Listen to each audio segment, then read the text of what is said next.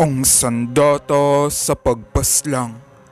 Paanong pipiliin ng mabuti ang sandata sa pagpaslang? Mabilis makakitilang hininga ang baril, kaya't para ito sa tulak.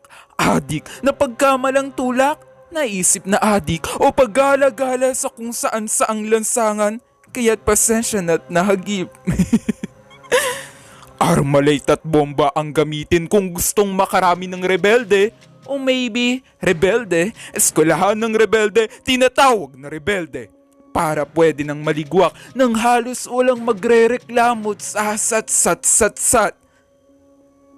Sa gusto naman ng dahan-dahang pagkatapos ng buhay, mas simple pa ang paraan. Ilugmok o hayaang nakalugmok ang masa sa dalita kahit kandakuba at sa trabaho'y subsob.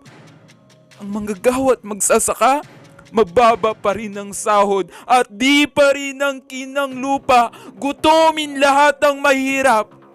Maraming uri ng pagpaslang sa ating bayan. Kaya't ang mga tanong ay ito. Paano pipiliin ang sandata laban sa pagpaslang? Saan kami iuumang? Ano ang ugat ng pandarahas? Hetong aking natitiyak.